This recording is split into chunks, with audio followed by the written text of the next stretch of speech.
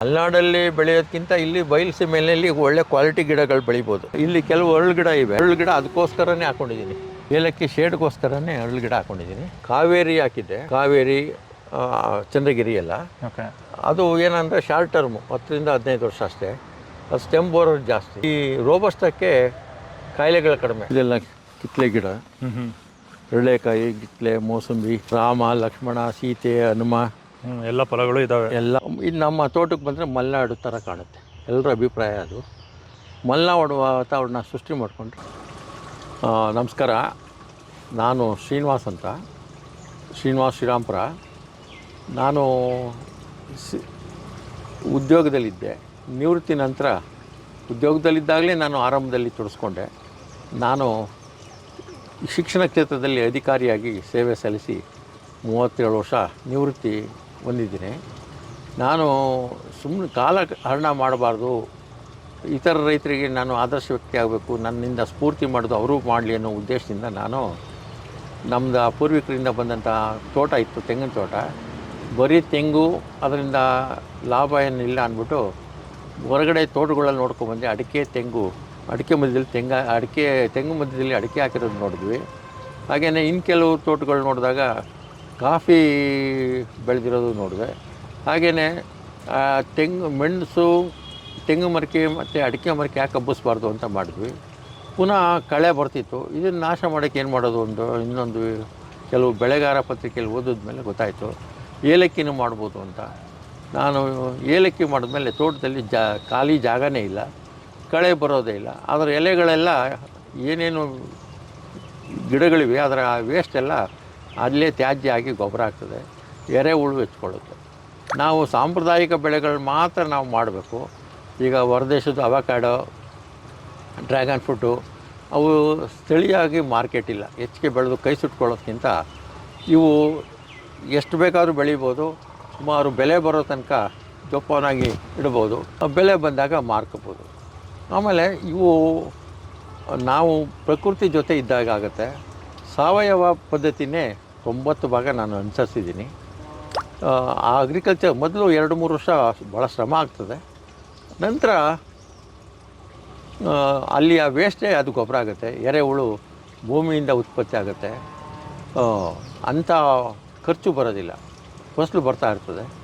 ಮತ್ತು ಈಗ ನಾನು ಏಲಕ್ಕಿನೇ ಮೇಯ್ನಾಗಿ ಈಗ ಬಿಟ್ಕೊಂಡಿದ್ದೀನಿ. ಕಾಫಿ ಇದೇನಿಲ್ಲ, ಕಾಫಿ ತೊಂದರೆ ಇಲ್ಲ, ಅದರಷ್ಟೇ ಬರ್ತಾ ಇರ್ತದೆ. ಮೆಣಸು ಅಷ್ಟೇ, ಕಾಫಿ ಮತ್ತು ಮೆಣಸು. ಅಡಿಕೆ ತೆಂಗಿಗೇನು ಅಷ್ಟೇನಿಲ್ಲ. ಈ ಮೆಣಸಿಗೆ ಏನು ವ್ಯವಸಾಯ ಮಾಡ್ತೀವೋ ಅದೇ ವ್ಯವಸಾಯ ಅಡಿಕೆಗೆ, ತೆಂಗಿಗೆ ಸಾಕಾಗುತ್ತೆ, ಮತ್ತು ಕಾಫಿಗೂ ಸಾಕಾಗುತ್ತೆ. ಏಲಕ್ಕಿಗೆ ನಾನು SH14 ಸಕಲೇಶ್ಪುರದಿಂದ ಅಭಿವೃದ್ಧಿಪಡಿಸಿರ್ತಕ್ಕಂಥ SH14 ಮತ್ತು ನೆಲ್ಯಾಣಿ ಗ್ರೀನ್ ಗೋಲ್ಡು ಹಾಕಿದ್ದೀನಿ. ಈ ತುಂಬ ಚೆನ್ನಾಗಿ ಬಂದಿದೆ. ಅದು ಹಾಕಬೇಕಾದ್ರೆ ಅದು ಒಳ್ಳೆ ತಳಿ ಅನ್ನೋ ದೃಷ್ಟಿಯಿಂದ ಇನ್ನೂ ಬೇಕಷ್ಟಿದೆ ತಳಿಗಳು. ಅದರಲ್ಲಿ ನಮ್ಮ ವಾತಾವರಣಕ್ಕೆ ಸೂಕ್ತ ಅನ್ನೋದು ಎರಡರಿಂದ ಗೊತ್ತಾಗ್ತದೆ. ಗಿಡನೂ ನಾನು ತೋರಿಸ್ತೀನಿ. ನಾನು ತುಂಬ ಚೆನ್ನಾಗಿ ಬಂದಿದೆ. ನೆಲ್ಯಾಣಿ ಗ್ರೀನ್ ಗೋಲ್ಡು ಮತ್ತು ಸಕಲೇಶ್ಪುರ 14 ಅಷ್ಟೇ. ಸ್ವಲ್ಪ ರೇಟಲ್ಲಿ ವ್ಯತ್ಯಾಸ ಇರ್ಬೋದು ಹಾಗೆ. ಮತ್ತು 2 ಅಡಿ 2x2, ಆಮೇಲೆ 1 ಅಡಿ ಆಳ. ಅದಕ್ಕೆ ಒಳ್ಳೆ ಫಲವತ್ತಾಗಿ ಮಾಡಿಕೊಂಡ್ರೆ ಗುಂಡಿಗೆ ನೆಟ್ಟರೆ, ಆಳವಾಗಿ ನೆಡಬಾರ್ದು ಏಲಕ್ಕಿ ಕಂದುಗಳನ್ನ. ಅದು ನೆಟ್ಟು 45 ದಿನಗಳಿಗೆ ಪಕ್ಕದಲ್ಲಿ ಕಂದುಗಳು ಬರ್ತವೆ. ಮತ್ತು ನೆರಳು ಬೇಕು, 50-60% ನೆರಳು ಬೇಕು. ನೆರಳು ಬೇಕಾದರೆ ನಾನು ಅರಳು ಗಿಡ ಹಾಕ್ಕೊಂಡಿದ್ದೀನಿ. ಅರಳಿಂದ ಎಲೆನೂ ಉದುರುತ್ತೆ, ಆದಾಯನೂ ಆಗುತ್ತೆ, ಮತ್ತು ಅದ್ರ ಫಲನೂ ನಮಗೆ ಒಳ್ಳೆ ದುಡ್ಡು ಸಿಗುತ್ತೆ. ಅರಳಿಂದ ಕ್ಯಾಸ್ಟರ್ ಆಯಿಲ್ ಸೀಡು. ಹಾಗಾಗಿ ಏಲಕ್ಕಿನೂ ತುಂಬ ಚೆನ್ನಾಗಿ ಬರ್ತದೆ. 8 ಅಡಿ 10 ಅಡಿ ಎತ್ತರದಲ್ಲಿವೆ ಕಂದುಗಳು. ಕೆಲವರು ಭಾಳ ಆಸಕ್ತಿ ತೋರಿಸಿ ನಾನು ಏಲಕ್ಕಿ ಬೆಳಿಬೇಕು ಅಂತಿದ್ದೀನಿ ಅಂದಾಗ ಅವ್ರಿಗೆ ಕಂದುಗಳು ಕೊಡ್ತೀನಿ. ನಾನು ಬಾಳೆಕಂದು ಥರ ಕಂದುಗಳು ಸಹ ಕೊಡ್ತೀನಿ. ಅದರಲ್ಲಿ ಕೆಲವರೆಲ್ಲ ತೊಗೊಂಡೋಗಿ ತುಂಬ ಚೆನ್ನಾಗಿ ಬಂದಿವೆ ಅಂತಾರೆ. ಆ ಕಂದುಗಳು ಬರಬೇಕಾದ್ರೆ 45 ದಿನಗಳು ಬೇಕು. ಮತ್ತು ಇದು ಹೆಚ್ಚು ಕಮ್ಮಿ 4-5 ತಿಂಗಳು ಕೊಯ್ಲು ಬರ್ತದೆ ಒಂದೊಂದಾಗಿ. ಈಗ ಯಾವುದೇ ಹಣ್ಣಿನ ಗಿಡಗಳು ನೋಡಿದ್ರೂ ಒಂದೇ ಸಾರಿ ಯಾವುದು ಬರೋದಿಲ್ಲ. ಈಗ ಮಾವು ಫಲ ಬಿಟ್ಟರೆ ಹಾಗೆಯೇ ಒಂದೇ ಸಾರಿ ಹೂವು, ಚೊಟ್ಟು, ಕಾಯಿ, ಹಣ್ಣು ಎಲ್ಲ ಇರುತ್ತಲ್ಲ, ಹಾಗೆ ಇದರಲ್ಲೂ ಅಷ್ಟೇ ಬಣ್ಣ ಬಂದಾಗ ಕೀಳಬೇಕಾಗ್ತದೆ. ಮತ್ತು ಇನ್ನು ಕೆಲವರು ನೆಗೆಟಿವ್ ಮಾತಾಡೋರು ಇರ್ತಾರೆ. ಹಾವು ತಿನ್ನುತ್ತೆ, ಕಪ್ಪೆ ತಿನ್ನುತ್ತೆ, ಇಲಿ ತಿನ್ಬಿಡುತ್ತೆ, ಅಳಿಲು ತಿನ್ನುತ್ತೆ ಅಂತ. 2 ಗಿಡ ಇದ್ದಾಗ ಆಗುತ್ತೆ. ಈಗ ಕೆಲವರು ಸಪೋಟ ಒಂದು ಗಿಡ ಹಳ್ಳಿಲೇ ತಿನ್ಕೊಳ್ಳುತ್ತವೆ ಹಾಗೆ ಹೀಗೆ ಅಂತ. ಈಗ ನಾವು ಫಸ್ಟ್ ಒಂದು 10 ಗಿಡ ಹಾಕಿದಾಗ ಹಾಗಾಗ್ತಿತ್ತು. ಈಗ ಇಡೀ ತೋಟದಲ್ಲಿ 500 ಗಿಡ ಇರೋದ್ರಿಂದ 1-2 ಗಿಡದಲ್ಲಿ ತಿನ್ಕೊಂಡ್ರೆ ಅದು ಲೆಕ್ಕಕ್ಕೆ ಬರೋದಿಲ್ಲ. ಆಮೇಲೆ ಇನ್ನೊಂದೇನು ಅಂದರೆ ಕಪ್ಪೆ ತಿನ್ಕೊಳ್ಳುತ್ತೆ ಅಂದರೆ ಕಪ್ಪೆ ನಮಗೆ ಹುಳುಗಳು ತಿನ್ಕೊಳ್ಳುತ್ತೆ, ಅದು ನಮ್ಗೆ ಅನುಕೂಲವಾದ್ದು. ಹಾವುಗಳೇನು ತಿನ್ನೋದಿಲ್ಲ. ಮತ್ತು ಇಲಿ ಹೆಗ್ಣಗಳು ಅವು ಹೊಟ್ಟೆನೇ ಚಿಕ್ಕದು, ಎಷ್ಟು ತಿನ್ನುತ್ತವೆ ಫಸಲು ಬಂದಾಗ. ಈಗ ರೈತ ಅಂದರೆ ಪ್ರಕೃತಿನಲ್ಲಿ ಇರ್ತಕ್ಕಂಥ ಪ್ರಾಣಿ ಪಕ್ಷಿಗಳೆಲ್ಲ ಸಾಕುವಂಥವನು, ಎಲ್ರಿಗೂ ಅನ್ನ ಕೊಡೋವಂಥವನು. ಅದರಿಂದ ಅದಕ್ಕೆಲ್ಲ ತಲೆ ಕೆಡಿಸ್ಕೋಬೇಕಾಗಿಲ್ಲ. ಈಗೇಂದಿದ್ರೆ ಸಕಲೇಶಪುರದಲ್ಲಿ ಮಾರ್ಕೆಟಲ್ಲಿ ಸಾವಿರಾರು kg ಏಲಕ್ಕಿಯಲ್ಲಿ ಬರ್ತಿತ್ತು. ಅದರಿಂದ ನೆಗೆಟಿವ್ ಹೇಳೋವಂಥವ್ರ ಮಾತು ಕೇಳೋದ್ಕಿಂತ ನಾವು ಇಂಪ್ಲಿಮೆಂಟ್ ಮಾಡಬೇಕು. ಗೊತ್ತಾಯ್ತಾ? ಪ್ರತಿಯೊಂದಕ್ಕೂ ಪರಿಹಾರ ಇದ್ದೇ ಇರ್ತದೆ. ರೋಗ ರುಜಿನಗಳೇನು ಅಂಥದ್ದೇನಿಲ್ಲ. ಸಾಮಾನ್ಯವಾಗಿ ನಾನು ಈ ಬೇವಿನ ಎಣ್ಣೆ ಇರುತ್ತೆ, ಹಾರ್ಟಿಕಲ್ಚರ್ ಡಿಪಾರ್ಟ್ಮೆಂಟಲ್ಲಿ ಬೇವಿನ ಎಣ್ಣೆ ಕೊಡ್ತಾರೆ, ಅದನ್ನು ಸ್ಪ್ರೇ ಮಾಡ್ತೀನಿ, ಬುಡಕ್ಕೂ ಹುಯ್ತೀವಿ. ಅದರಿಂದ ಹುಳು ಉಪ್ಟೆಗಳು ಕಡಿಮೆ ಆಗ್ತವೆ. ಅಂಥ ರೋಗ ಏನು ಜಾಸ್ತಿ ಬರೋದಿಲ್ಲ ಏಲಕ್ಕಿ ಗಿಡಕ್ಕೆ. ಕುಯ್ಬೇಕು ಮತ್ತು ಕಟಾವು ಆದಮೇಲೆ ಒಣಗಿಸ್ಬೇಕು. ಅದಕ್ಕೆ ಕಪ್ಪು ಬಟ್ಟೆ ಇರುತ್ತೆ. ಈಗ ನಾವು ಹೆಚ್ಚಿಗೆ ಡ್ರೈಯರ್ ತಂದು ಒಣಗ್ಸೋಕ್ಕಾಗೋದಿಲ್ಲ, ಯಾಕೆಂದರೆ ಇನ್ವೆಸ್ಟ್ಮೆಂಟ್ ಜಾಸ್ತಿ ಆಗುತ್ತೆ. ಅಲ್ಪ ಸ್ವಲ್ಪ ನಾವು ಬೆಳೆಯೋದ್ರಿಂದ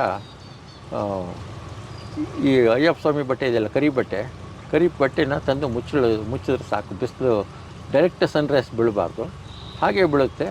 ಅದರಿಂದ ಒಣಗೋಗುತ್ತೆ, ಚೆನ್ನಾಗೇ ಬರ್ತದೆ, ಕಲರು ಚೆನ್ನಾಗಿ ಬರ್ತದೆ. ನಾನು ಸಕಲೇಶಪುರ ಮಾರ್ಕೆಟಲ್ಲಿ ಮಾರಿದಾಗ ಇಲ್ಲ ಚೆನ್ನಾಗಿದೆ ಅಂತ, ಇದಕ್ಕೂ ಕಂಪೇರ್ ಮಾಡಿದ್ರೆ ಏನಂಥ ವ್ಯತ್ಯಾಸ ಏನು ಕಾಣಲಿಲ್ಲ. ಹಾಗಾಗಿ ಮಾಡ್ಬೋದು ಎಲ್ಲರೂ.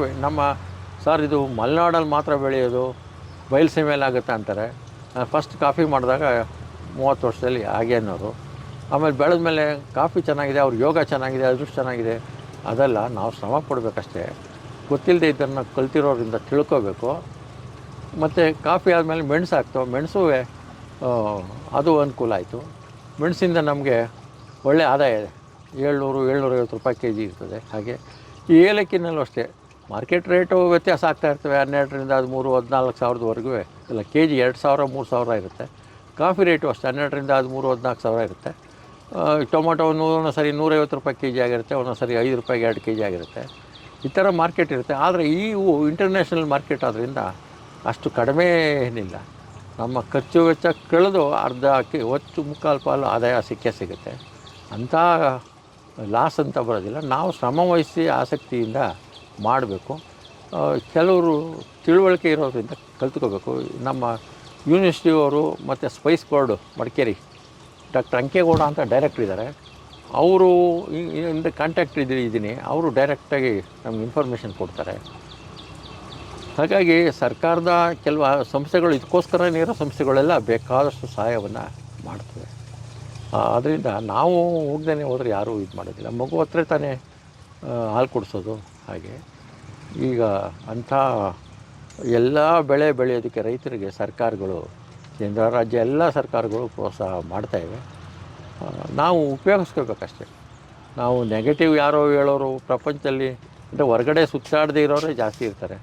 ಅವ್ರ ಮಾತನ್ನ ನಾವು ಹೆಚ್ಚು ಗಮನ ಕೊಡಬಾರ್ದು. ಎಲ್ಲ ಈ ಮಿಶ್ರ ಬೇಸಾಯ ಇದೆಯಲ್ಲ, ಕಾಫಿ, ಅಡಿಕೆ, ತೆಂಗು, ಬಾಳೆ ನಾವು ಹಣ್ಣಿನ ಗಿಡಗಳಿವೆ, ಎಲ್ಲ ಒಂದೊಂದಿದೆ. ಯಾಕೆಂದರೆ ಮಾರ್ಕೆಟು ನಾವು ಮೇಯ್ನಾಗಿ ಬೇಕಾಗಿರೋದು ಕಮರ್ಷಿಯಲ್ ಕ್ರಾಪ್ಸು. ಇವು ಬಂದವ್ರಿಗೆ ಹೋದವ್ರಿಗೆ ಕೊಡೋದಕ್ಕೆ ಮಾತ್ರ ಸುಮಾರು 30 ವೆರೈಟಿ ಹಣ್ಣಿನ ಗಿಡಗಳಿವೆ, ಒಂದೊಂದು ಗಿಡಗಳು ಅಷ್ಟೇ. ಹಾಗಾಗಿ ಮೇಯ್ನಾಗಿ ನಾನು ಮುಖ್ಯ ಇಂಪಾರ್ಟೆನ್ಸ್ ಕೊಟ್ಟಿರೋದು ಅಷ್ಟೇ, ತೆಂಗು, ಅಡಿಕೆ, ಕಾಫಿ, ಮೆಣಸು, ಏಲಕ್ಕಿ. ಉಳಿದವು ಮನೆ ಬಳಕೆ, ಸ್ನೇಹಿತರು ಕೊಡೋದಕ್ಕಷ್ಟೇ ಉಪಯೋಗಿಸೋದು. ಹಾಗಾಗಿ ನನ್ನ ತೋಟದಲ್ಲಿ ವರ್ಷ ಪೂರ್ತಿ ಒಂದಲ್ಲ ಒಂದು ರೀತಿ ಹಣ್ಣು ಬಿಡೋವಂಥ ಗಿಡಗಳು ಇದ್ದೇ ಇರ್ತದೆ. ಅದರಲ್ಲೂ ಕೆಲವು ಸರಿ ಮೋಸ ಹೋಗ್ತೀವಿ. ಮೋಸ ಅಂತಲ್ಲ, ಉದ್ದೇಶಪುರಿಗೆ ನರ್ಸರಿ ಗಿಡ ತಂದಾಗ ಅವರು ಗೊತ್ತಿಲ್ಲ, ಅವರು ಎಲ್ಲೋ ತರಿಸಿರ್ತಾರೆ, ಅವರೇನೋ ಹೇಳ್ಕೊಡ್ತಾರೆ. ಅದು ಸರಿಯಾಗಿ ಬರಲಿಲ್ಲ ಅಂದರೆ ಒಂದು ಚೇಂಜ್ ಮಾಡಿ ತೆಗ್ಸಾಕ್ಬಿಡ್ತು, ಬೇರೆದಾಗ್ತೀವಿ. ಉದಾಹರಣೆಗೆ ನೇರಳೆ ಒಂದು 5 ಅಡಿ ದಪ್ಪ ಬಂದರೂ ಸರಿಯಾಗಿ ಬರಲಿಲ್ಲ. ನನ್ನ ತೋಟದಲ್ಲಿ 10 ಅಡಿಕೆ ಗಿಡ ತಿನ್ನುತ್ತೆ, ಅದು ತೆಗೆದಾಕ್ಬಿಟ್ಟು ಅದೇ ಕಸಿ ಕಟ್ಟಿದ್ದು ತಂದಿದ್ರೆ ಬೇಗ ಬಿಡ್ತಾಯಿದೆ. ಹಾಗೆ ಚಕ್ಕೋತನೂ ಅಷ್ಟೇ. ದೇವನಹಳ್ಳಿ ಚಕ್ಕೋತ ಕೇಳಿದಾಗ ಯಾವುದೋ ಒಂದು ಚಕ್ಕೋತ ಕೊಟ್ಟರು, ಅದು 5-6 kg ಬರೋ ಒಂದೊಂದು. ಹುಳಿ ತಿನ್ನೋಕ್ಕಾಗ್ತಿರ್ಲಿಲ್ಲ. ಈಗ ದೇವನಹಳ್ಳಿಗೆ ಹೋಗಿ ಒಂದು ಗಿಡ ತಂದಿದ್ದೀನಿ, ಅದು ಚೆನ್ನಾಗಿ ಬಂದಿದೆ. ಹಾಗೆ ಕೆಲವು ಸಾರಿ ಹೋಗ್ತದೆ ಮೋಸ, ಯಾರ್ದೋ ತಪ್ಪು ಏನು ಅಂತ ನಮ್ಗೆ ಸರಿಯಾಗಿ ಗೊತ್ತಾಗೋದಿಲ್ಲ. ಅದಕ್ಕೆಲ್ಲ ತಲೆ ಕೆಡಿಸ್ಕೋಬೇಕಾಗಿಲ್ಲ. ಈಗ ಸೀಬೆ, ಥೈಲ್ಯಾಂಡ್ ಸೀಬೆ ಇದೆ, ನಮ್ಮ ಲೋಕಲ್ ಇದೆ. ಈಗ ಲೋಕಲ್ ಸೀಬೆನ ಪಕ್ಷಿಗಳಿಗೆ ಬಿಟ್ಬಿಟ್ಟಿದ್ದೀನಿ. ಮತ್ತು ವಾಟ್ರ್ ಆ್ಯಪಲ್ಲು ಏನು ನವಿಲು ಪಕ್ಷಿಗಳು ಎಲ್ಲ ತಿನ್ಕೊಳ್ತಾ ಇರ್ತವೆ. ತಿನ್ನಲಿ ಬಿಡಿ, ನಾವು ರೈತ ಎಲ್ಲರನ್ನೂ ಸಾಕಬೇಕಲ್ಲ. ಹಾಗೆ ಈ ಅವಕಾಡೋ ಚಟ್ಟಳ್ಳಿ ಫಾರಮಲ್ಲಿ ಅರ್ಕಾ ಸೂಪರ್ ಅಂತ ಒಂದು ಮರದ ಮೇಲೆ ಹಣ್ಣಾಗಿ ಒಂದು ತಿಂಗಳಿದ್ರೂ ಬಿಡೋದಿಲ್ಲ. ಅಲ್ಲಿ ಒಂದು ಯಾವುದೋ ಕಾನ್ಫರೆನ್ಸ್ಗೆ ಹೋದಾಗ ತಂದಿದ್ದೆ.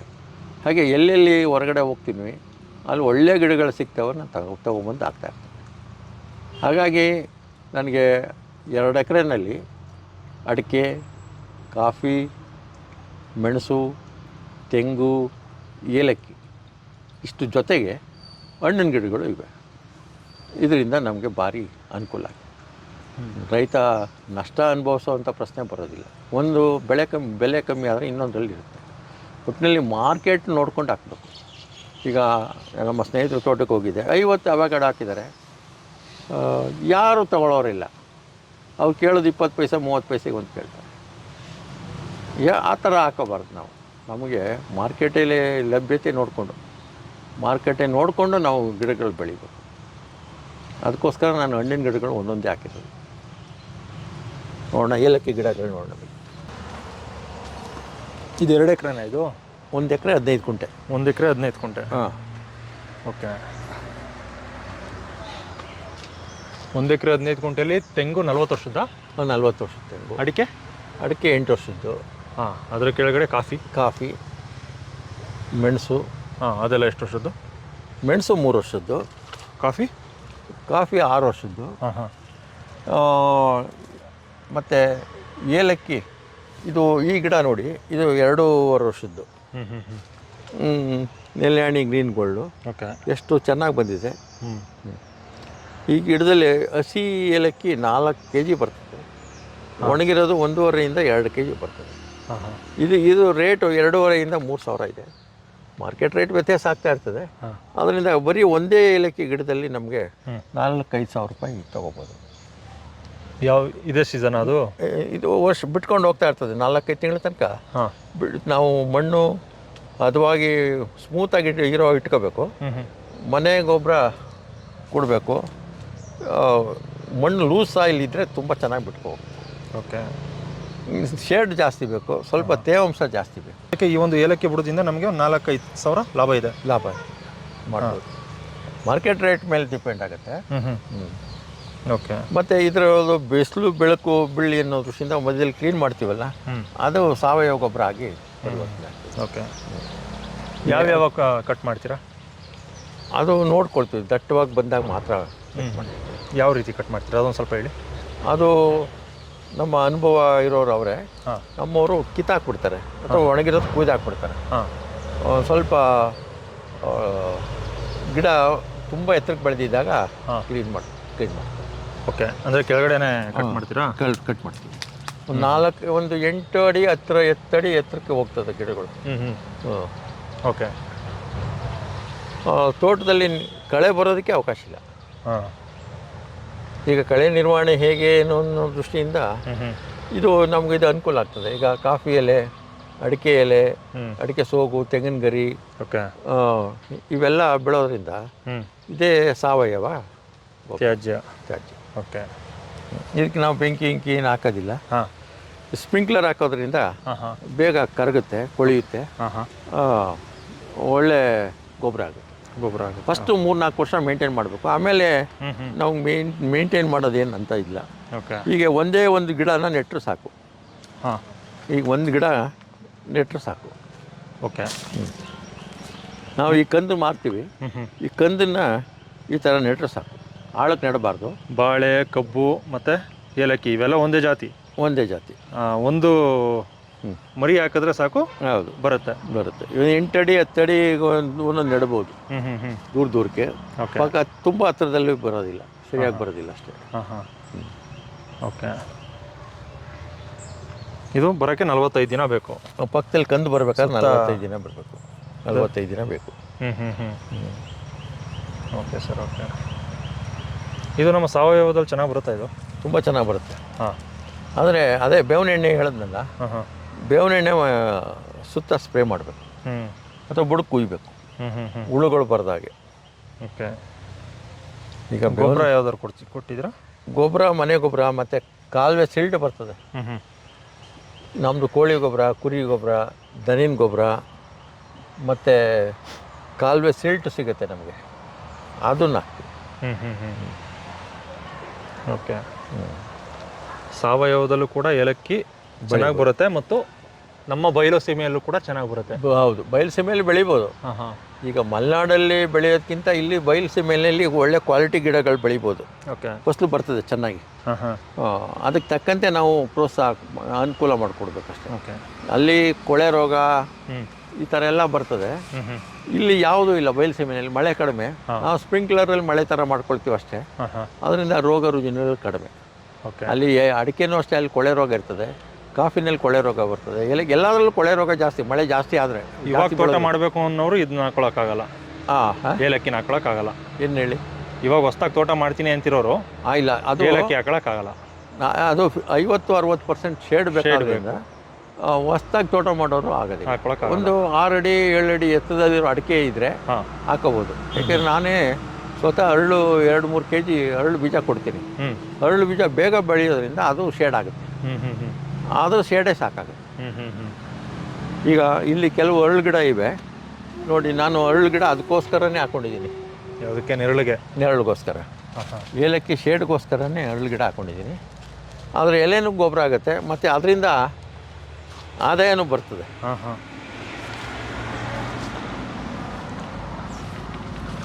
₹80 ₹100 ಇದೆ kg ಅರಳು. ಅದರಿಂದನೂ ಬರ್ತದೆ. ಓಕೆ. ಅರಳು ಹಾಕಿದ್ರೆ ಹುಳ ಬರ್ತವೆ ಹಾಗೆ ಹೀಗೆ ಅಂತ. ಹುಳ ಕಂಟ್ರೋಲ್ ಆಗುತ್ತಲ್ವಾ? ಏಲಕ್ಕಿ ಕಂಟ್ರೋಲ್ ಆಗ್ಬೋದು. ಅರಳು ಎಲೆಯಲ್ಲೇ ಗೊನೆಯಲ್ಲೇ ಹುಳು ಬರುತ್ತೆ ಅಂತ ನಾವು ಲೈಟಾಗಿ ಒಂದು ಸಾರಿ ಈ ಇನ್ಸೆಕ್ಟಿಸೈಡ್ ಸ್ಪ್ರೇ ಮಾಡಬೇಕಾಗತ್ತೆ. ತೋಟದಲ್ಲಿ ಸಾವಯವ ಮಾಡೋದ್ರಿಂದ ಈ ಹಾವು ಇವೆಲ್ಲ ಜಾಸ್ತಿ ಆಗ್ಬೋದು. ಅವೆಲ್ಲ ಕಂಟ್ರೋಲ್ ಮಾಡ್ಬೇಕಾದ್ರೆ ಒಂದ್ಸರಿ ಸುಮ್ಮನೆ ಸ್ಪ್ರೇ ಮಾಡಿದ್ರೆ ಹುಳು ಸತ್ತೋಗುತ್ತೆ. ಸ್ಪ್ರೇ ಅಂದರೆ ರಾಸಾಯನಿಕನ? Insecticide, chemical. ಹಾವು ಅಲ್ಲಿ ಎಲ್ಲ ಇರುತ್ತಲ್ಲ, ಆ ಸ್ಮೆಲ್ಗೆ ದೂರ ಹೊರಟೋಗುತ್ತೆ. ಓಕೆ. ಯಾಕೆಂದರೆ ಸಾವಯವ ಅಂದಾಗ ಇಲ್ಲೆಲ್ಲ ವೇಸ್ಟೇ, ಅಗ್ರಿಕಲ್ಚರ್ ವೇಸ್ಟೇ ಬೇಕಾಷ್ಟು ಇರುತ್ತೆ. ಅಲ್ಲದೆ ನಾವು ಶೂ ಉಪಯೋಗಿಸೋದು ಒಳ್ಳೆಯದು. ಬಟ್ ನಮ್ಮಲ್ಲಿ ಲೋಕಲಲ್ಲಿ ಅಭ್ಯಾಸ ಇಲ್ಲ. ಗಂಬೂಟ್ ಯೂಸ್ ಮಾಡಲ್ಲ. ಗಂಬೂಟು ನಮ್ಮ ಕೆಲವರು ಉಪಯೋಗಿಸ್ತಾರೆ, ನಮ್ಮಲ್ಲಿ ಎಲ್ಲರೂ ಉಪಯೋಗಿಸೋದಿಲ್ಲ. Okay sir. ಅದೊಂದು ಅನುಕೂಲ. ಈಗ ಮಲೆನಾಡಲ್ಲಿ ಏನು ಬೆಳೀತಾರೆ? ಕಾಫಿ, ಮೆಣಸು, ಏಲಕ್ಕಿ ಎಲ್ಲವನ್ನು ಕೂಡ ಬೆಳೆದಿದ್ದೀರಾ? ಬೆಳೆದಿದ್ದೀವಿ. ನೀವು ಕಾಫಿಲಿ ತುಂಬ ಅಳುಬ್ರು. ಹೌದು, ನಾನು 35 ವರ್ಷದಿಂದ ಬೆಳೀತಾ ಇದ್ದೀನಿ. ಮೊದಲು ಕಾವೇರಿ ಹಾಕಿದ್ದೆ. ಕಾವೇರಿ, ಚಂದ್ರಗಿರಿ ಎಲ್ಲ. ಓಕೆ. ಅದು ಏನಂದರೆ ಶಾರ್ಟ್ ಟರ್ಮು, 10-15 ವರ್ಷ ಅಷ್ಟೇ. ಅದು ಸ್ಟೆಮ್ ಬೋರರ್ ಜಾಸ್ತಿ. ಈ ರೋಬಸ್ಟಕ್ಕೆ ಕಾಯಿಲೆಗಳು ಕಡಿಮೆ, ಮೇಂಟೆನೆನ್ಸ್ ಸ್ವಲ್ಪ ಝೀರೋ, ಯಾವ ಔಷಧಿನೂ ಬೇಕಿಲ್ಲ.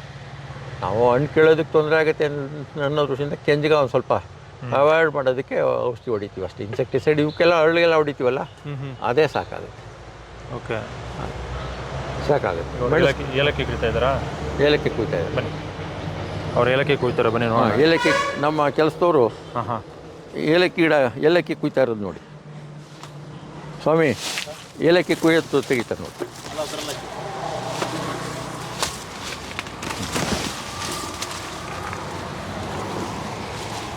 ಹಾಂ ಸರ್, ಏಲಕ್ಕಿ ಕಟ್ ಮಾಡ್ತಾ ಇದ್ದೀರಾ? ನಿಮಗೆ ಇದು ಏಲಕ್ಕಿ ವಸ್ತು ಯಾವ ರೀತಿ, ನಿಮಗೆ ಯಾವ ಹಣ್ಣನ್ನು ಕೀಳಬೇಕು ಅಂತ ಹೆಂಗೆ ಗೊತ್ತಾಗುತ್ತೆ? ಯಾವ ಏಲಕ್ಕಿ ಬಣ್ಣ ಬಂದಿರುತ್ತೆ, ಈ ಥರ ಬಣ್ಣ ಬಂದಿರೋದು. ಅಕಸ್ಮಾತ್ ನೀವೇನಾದ್ರು ನೋಡಿದ್ರಾ ಬೇರೆ ವಿಡಿಯೋ ಚಾನಲ್ಲು ಯಾವ್ದು ಕೀಳಬೇಕು ಏಲಕ್ಕಿನ ಬಂದಿರೋದೇ ಗೊತ್ತಾಯ್ತಿದ್ದೀರಾ? ಫಸ್ಟು ಈ ಥರ ಕಲರ್ ಬಂದಿದ್ರೆ ಕೇಳ್ತೀರಾ? ಅದೇ ಫ್ರೀಯಾಗಿ ಬರ್ತದಲ್ಲಿ ಈ ಥರ. ಬಲ್ತಿರೋದ್ರಿಂದ ಬೇಗ ಬರ್ತದೆ. ಹೌದು, ಬಲ್ತಿದ್ರೆ ಕೀಳಬೇಕಾಯ್ತದೆ ಬಲವಂತವಾಗಿ. ಈ ಥರ ಕಪ್ಪು ಕಾಳಿರುತ್ತೆ. ಇದನ್ನ ಎಷ್ಟು ದಿನ ಒಣಗಿಸ್ತೀರಾ?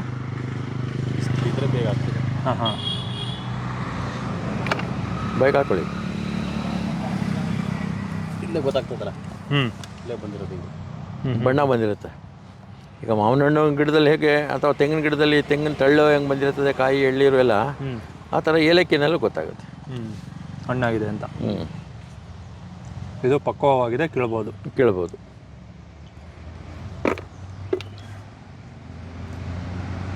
Okay sir. ಇದು ಅದು ಗಾಳಿ ಬೆಳಕು ಬೀಳಿ ಅನ್ನೋ ದೃಷ್ಟಿಯಿಂದ ಏಲಕ್ಕಿ ಗಿಡದಲ್ಲಿ ಕೆಲವು ಮಧ್ಯದಲ್ಲಿ ಕ್ಲೀನ್ ಮಾಡಿರ್ತೀವಿ. ಅದೆಲ್ಲ ಇಲ್ಲೇ ಬಿದ್ದಿದೆ ನೋಡಿ, ಇಲ್ಲಿ ಒಳಗಡೆ ಎಲ್ಲ ಬಣ್ಣ ಬಂದಿರೋದು. ಅಲ್ಲಿ ಅದು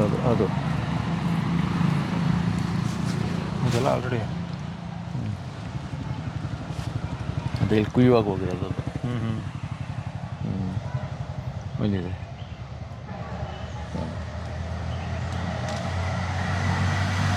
ಹಾಕೊಳ್ಳಿ ಜಾಬ್ಗೆ. ಏನಕ್ಕೆ ಸರ್? ಇಲ್ಲಿ ಅಲ್ಲಿ ಮನೆಗೆ ತೋರಿಸೋರಿ ನೀವು. ಹಾಂ ಹಾಂ. ಏಲಕ್ಕಿ ಇಲ್ಲಿ ಬಿಡುತ್ತಾ ಅಂತ ಗೊತ್ತಿರಲಿಲ್ಲ ಎಷ್ಟೋ ಜನಕ್ಕೆ.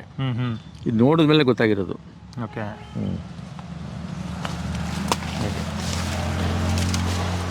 ಅಂತೂ ನಿಮ್ಮ ಮನೆಗೆ ನಿಮ್ಮ ತೋಟದ ಏಲಕ್ಕಿನೇ ಬಳಸೋದು? ನಾವು ನಮ್ಮ ಸ್ನೇಹಿತರುಗಳಿಗೂ ಕೊಡ್ತೀವಿ. ಅವರು 1/4 kg, ಅರ್ಧ kg. ಆಮೇಲೆ ಮದುವೆಗಳಲ್ಲಿ ಅವರೇ ಕೇಳ್ತಾರೆ, ನಮಗೆ 1 kg ಕೊಡಿ, 2 kg ಕೊಡಿ ಅಂತ. ಕೊಡ್ತೀವಿ. ಮೆಣಸು ಕೊಡ್ತೀವಿ, ಹಾಗೆ ಮೆಣಸನ್ನು ಕೊಡ್ತೀವಿ. ಅರಳು ಗಿಡ ಹೇಗೆ ಬಂದಿದೆ. ಹೌದು, ಇದೆಲ್ಲ ನೆರಳಿಗೆ. ಈಗ ಕುಂಬಳ ಇದೆ, ಮನೆ ಬಳಕೆಗೆ ಸಾವಯವ ರೀತಿಯಲ್ಲಿ ಕುಂಬಳ. ತೋರಿಸ್ಲ ಕುಂಬಳ ಇಲ್ಲೇ ಇದೆ ನೋಡಿದೆ, ಇಲ್ಲಿದೆಯಲ್ಲ. ಬದನೆಕಾಯಿ, ಹಸಿಮೆಣಸಿನ್ಕಾಯಿ, ಬೀನ್ಸು, ಅವರೆ, ಎಲ್ಲ ಗಿಡಗಳು ಸಾಮಾನ್ಯವಾಗಿ.